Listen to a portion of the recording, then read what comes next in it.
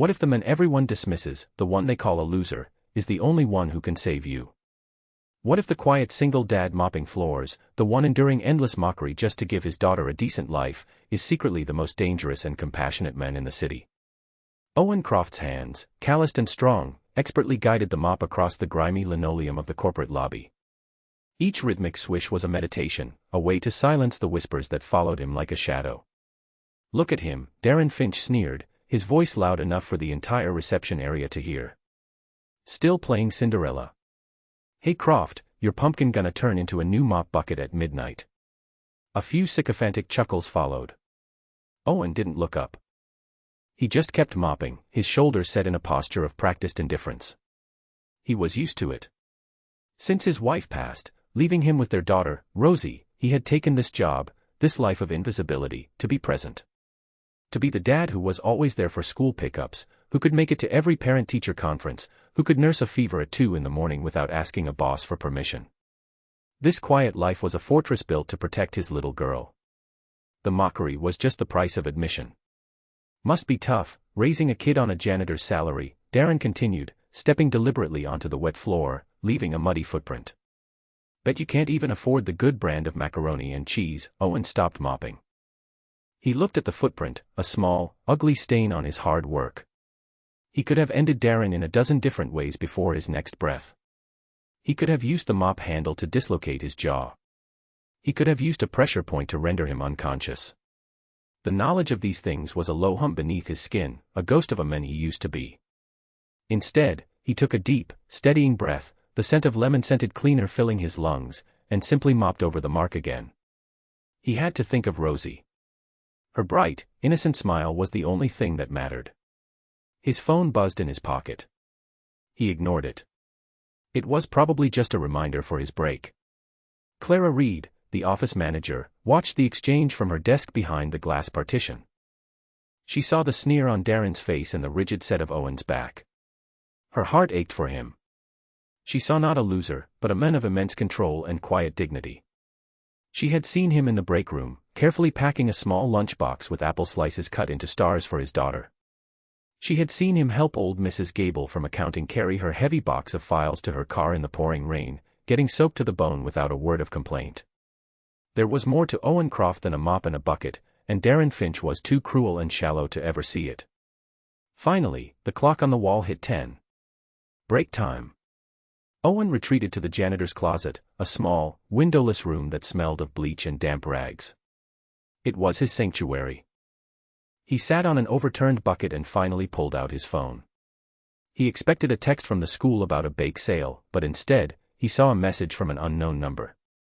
The words were stark, frantic. "Please help. He locked me in. I don't know what to do. Save me from him." A chill, cold and familiar, snaked down his spine. He checked the number. He didn't recognize it. A wrong number. Most people would delete it. They would dismiss it as a prank or a mistake not meant for them. But Owen wasn't most people. He had spent a decade of his life answering calls for help that came from the darkest corners of the world. He couldn't unlearn the instinct. He saw the follow-up text, a single address sent a moment later. 1412 Elm Street. A part of town known for its derelict buildings and rising crime rate. The woman must have been trying to text a friend, a family member, and in her panic, her fingers had made a mistake. A fatal mistake, perhaps. He looked at his hands, the hands of a janitor. But he remembered what they could do. He remembered the promises he had made to himself, that he would leave that life behind for Rosie. But he also remembered the first rule he had ever been taught: you never, ever leave someone behind. His thumbs moved with a speed and certainty that belied his weary exterior. "Where are you in the house?" he texted. A reply came almost instantly. "Basement. I hear him upstairs." Owen stood up. The break was over. He typed one final message, a promise he intended to keep. "I'm on my way. Barricade the door. Don't make a sound." He walked out of the closet, his purpose shifting like a change in the atmospheric pressure. The janitor was gone. The operator was back. He walked directly toward the lobby exit. "Hey. Where do you think you're going, bucket boy? Darren shouted, blocking his path. Your break is over. There's a spill in the third-floor men's room. Owen looked at Darren, but his gaze went straight through him, distant and cold. I have to leave, he said, his voice flat, devoid of its usual quiet deference. Family emergency, family emergency. What, did your kid spill her juice box? Darren laughed, a harsh, grating sound. You can't just walk out. I'm your supervisor. I'll have you fired. Clara rushed out from her office, her expression worried. Darren, that's enough. What's wrong, Owen? Owen's eyes met hers for a brief second, and in them, she saw a flicker of something she had never seen before, a terrifying, focused intensity. It was like looking at a wolf that had been pretending to be a sheep. I'm sorry, Clara. I have to go. He didn't push past Darren. He simply moved, a fluid, economic motion that displaced Darren from his path without overt aggression. It was the kind of movement a river makes around a rock, effortless, inevitable, and powerful. Before Darren could even process what had happened, Owen was out the door and gone, jogging down the street with a long, ground-eating stride that spoke of years of relentless training. Darren stood there, sputtering, his face red with fury and humiliation.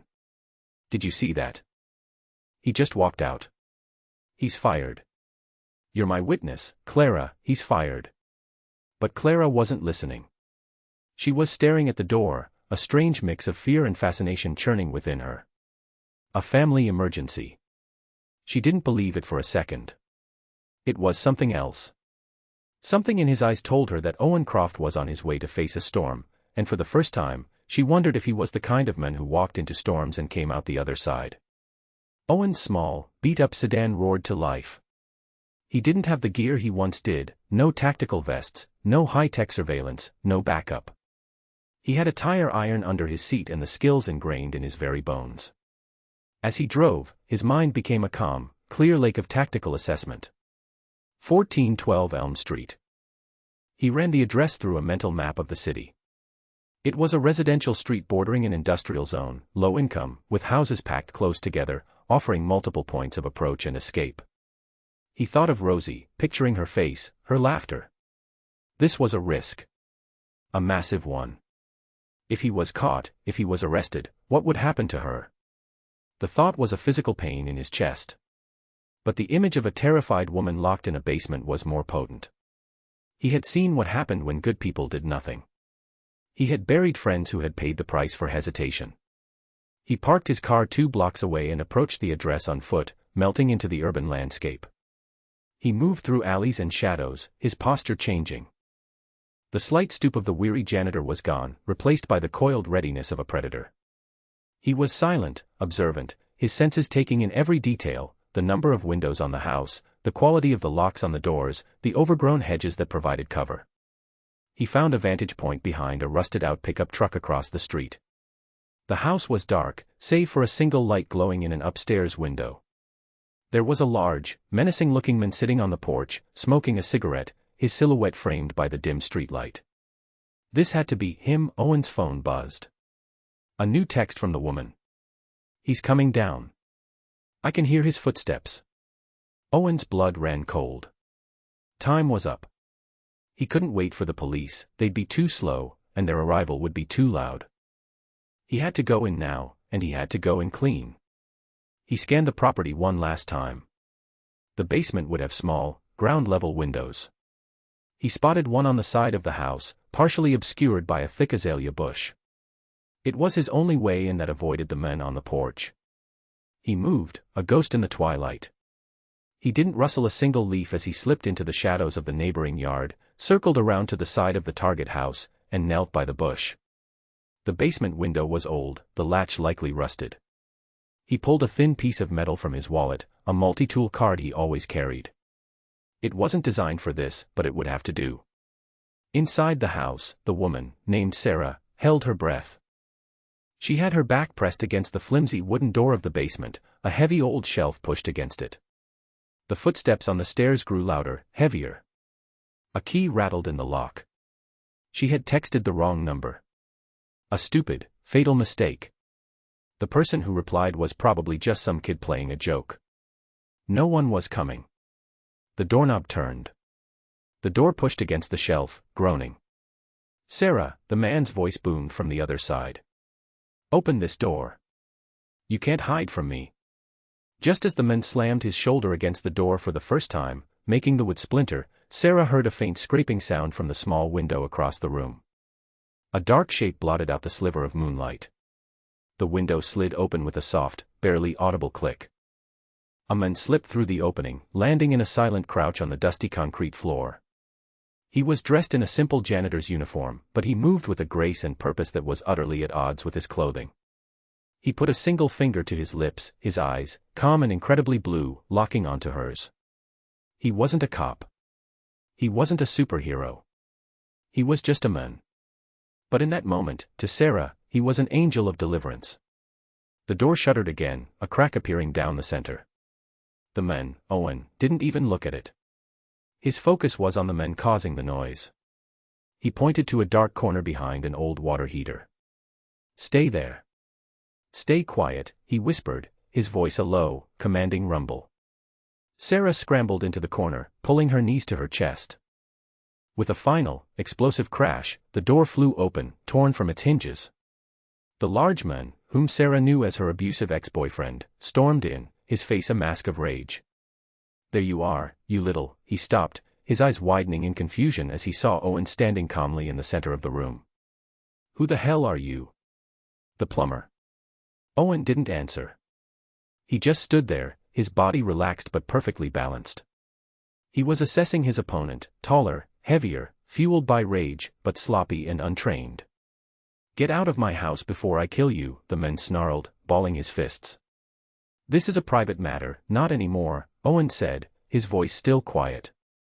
The man charged, throwing a wild, telegraph punch. For Owen, it was like watching a train try to hit a fly. He sidestepped with fluid ease, the fist whistling past his ear.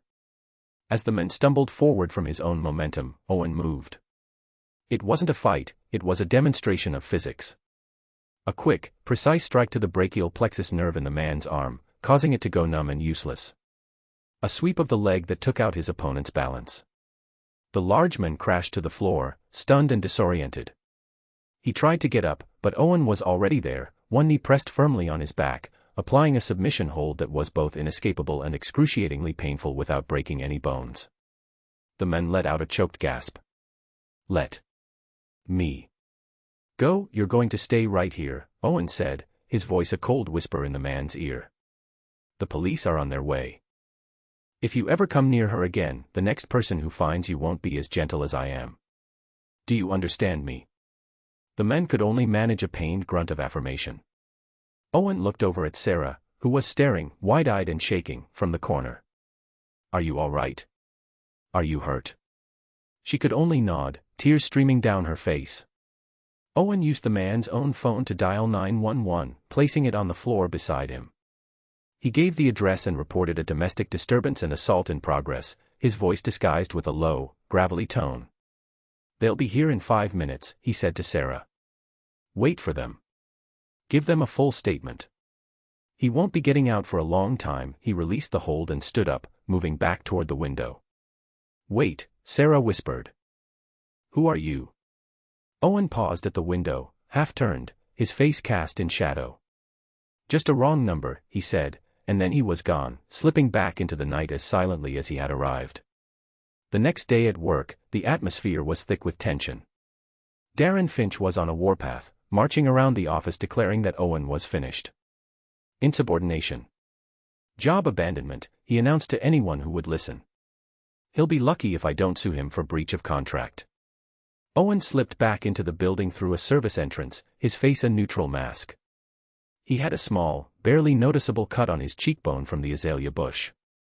He grabbed his mop and bucket and started on the hallway of the 4th floor, trying to become invisible again. But it was too late. Clara was waiting for him. She walked up to him, her arms crossed, her expression a mixture of concern and intense curiosity. "An emergency?" she asked softly, her eyes fixed on the small cut on his face. "Is your daughter okay?" "She's fine," Owen said, not meeting her gaze. It was a cousin.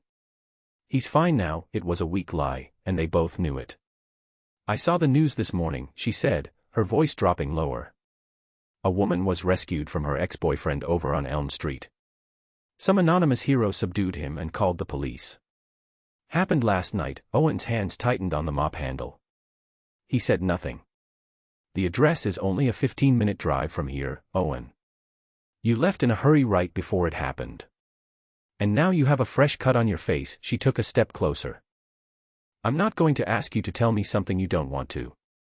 But I want you to know that I told Mr. Henderson you left because I asked you to run a personal errand for me. I said it was an emergency. Your job is safe. Owen finally looked at her. He saw no judgment in her eyes, only a deep, unwavering empathy. He saw that she had protected him, without even knowing the truth.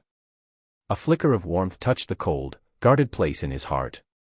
Thank you, Clara, he said, his voice thick with an emotion he hadn't allowed himself to feel in years.